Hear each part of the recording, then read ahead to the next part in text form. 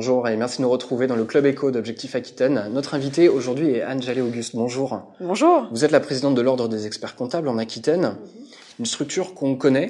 J'aimerais bien, malgré tout, qu'on revienne un petit peu sur ses missions et sur le nombre de professionnels qu'elle représente. Alors avec plaisir, parce que l'Ordre des experts comptables, donc c'est une institution qui a été créée par la loi de 1945, qui constitue la plupart des ordres réglementés après la guerre. Donc nous représentons la région Aquitaine, mais sans la Dordogne, pour plein de raisons historiques. Mais sur ce territoire, nous représentons environ 950 confrères et à peu près 5000 emplois dans nos cabinets. Voilà. Donc ça reste une population qui compte. Quelles sont les missions de l'Ordre auprès de justement de cette population ? Les missions sont de plusieurs ordres, c'est le cas de le dire. La première d'entre elles est la mission pour laquelle l'ordre a été créé, c'est-à-dire la mission régalienne, c'est-à-dire régir l'activité réglementée de la profession, c'est-à-dire inscrire les gens au tableau, puisque tous les experts comptables qui ont le droit d'exercer sont inscrits sur un tableau, les en faire entrer, les faire sortir, exercer le contrôle de qualité, gérer les litiges entre professionnels ou entre professionnels et clients. Ce sont les missions régaliennes. À côté de ça, bien sûr, l'Ordre a d'autres missions, dont principalement deux. La première, c'est d'assurer et de fournir aux confrères les moyens d'assurer leurs obligations de formation. Nous avons un centre de formation qui assure près de 7000 journées de formation par an. Formation continue ? Formation continue des professionnels, des collaborateurs des cabinets. Et puis, enfin, et surtout, peut-être représenter la profession, c'est ce qui m'amène aujourd'hui, la faire connaître, améliorer son image et puis la maintenir présente dans l'environnement économique qui est celui d'aujourd'hui, donc un peu compliqué. D'accord. Vous avez été élue présidente il y a quelques mois maintenant. Quels sont les grands axes de votre mandature ? Est-ce qu'il y a des choses que vous souhaitez vraiment concrétiser ou qui sont déjà en phase de concrétisation ? Alors, je vais peut-être répondre en deux temps. Au départ, nous nous étions donné 4 objectifs majeurs qui regroupent en fait les 3 grandes missions principales que je viens de vous décrire. Donc la première mission régalienne et notre objectif était d'améliorer notre lutte contre l'exercice illégal de notre profession, puisque il existe des personnes qui ne sont pas inscrites au tableau, qui ne remplissent pas les conditions pour l'être, qui fournissent des prestations en comptabilité. Et qui exercent donc illégalement ? Illégalement. Et ceci, bien sûr, peut être au détriment des clients, puisqu'ils n'ont pas d'assurance, pas de contrôle qualité, etc. Donc ça, c'est un de nos premiers objectifs. En matière de formation, nous avons pour objectif également d'améliorer, en tout cas de développer les formations sur les nouveaux métiers pour accompagner la nouvelle génération de confrères vers de nouveaux horizons. Troisièmement, en matière de représentation, maintenir et améliorer notre présence dans les milieux institutionnels, économiques, politiques, judiciaires.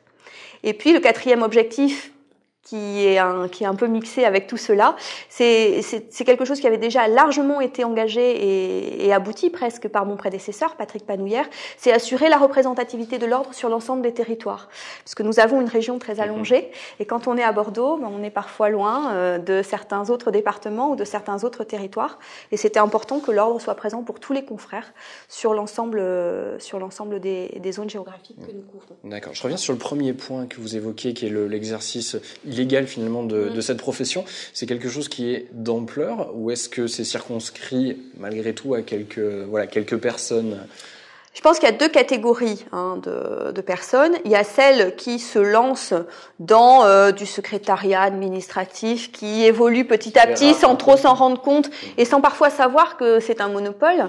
Donc ça, c'est une catégorie de personnes que l'on suit, avec qui on trouve très facilement des solutions, parce que quand on commence à leur dire qu'elles n'ont pas le droit de le faire, souvent on trouve une façon de réorienter les choses.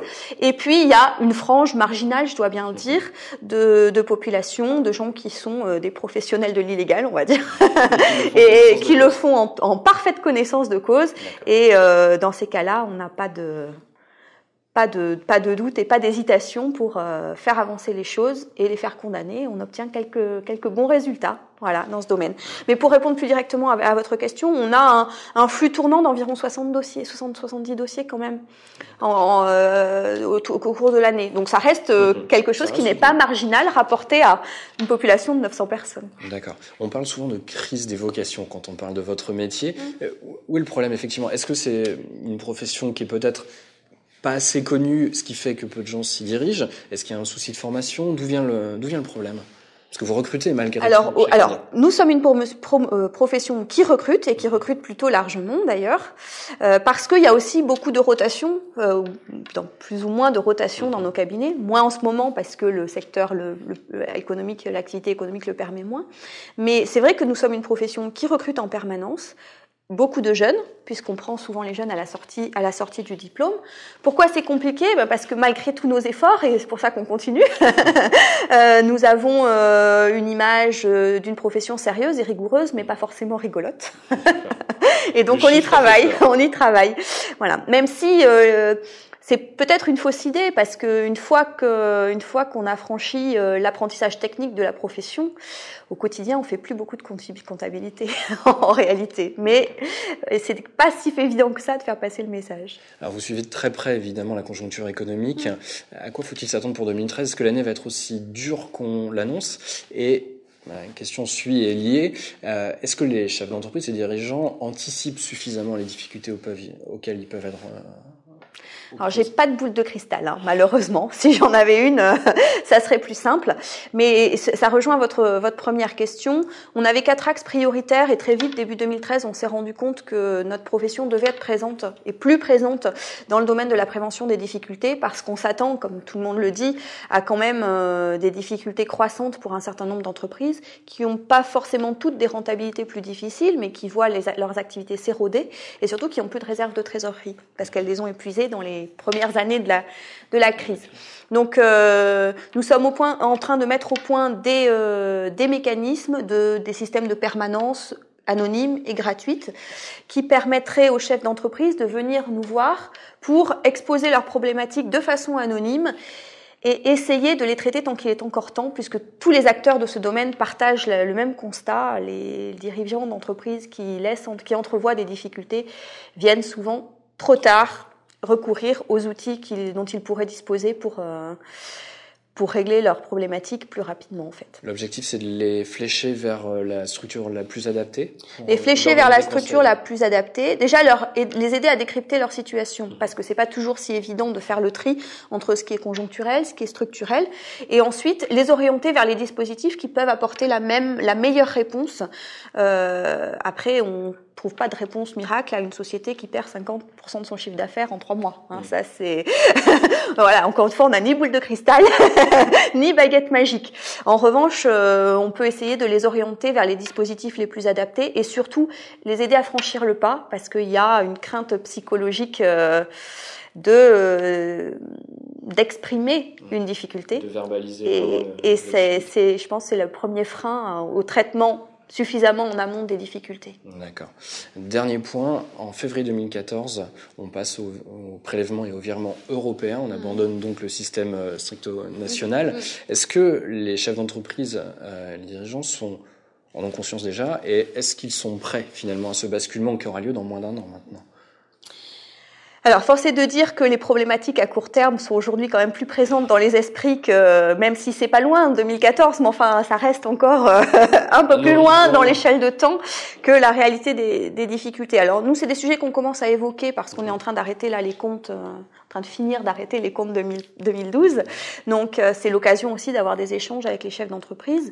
On se rend compte que, en fait, il y a plusieurs catégories de population. Vous avez les sociétés déjà assez largement internationalisées, pour qui ça ne devrait pas poser de difficultés parce qu'elles pratiquent déjà en fait des modes de paiement sécurisés.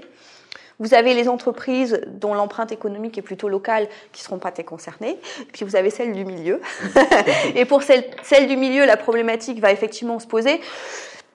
Je pense que les traitements seront différenciés et c'est le monde bancaire qui va probablement apporter le plus les solutions adéquates. La difficulté de ces entreprises, c'est que souvent elles sont confrontées à des problématiques un petit peu complexes, mais avec des structures à taille humaine et restreinte. Et donc, il faut trouver la juste adéquation entre la technicité des réponses et la technicité des ressources que l'on a à proposer. Voilà.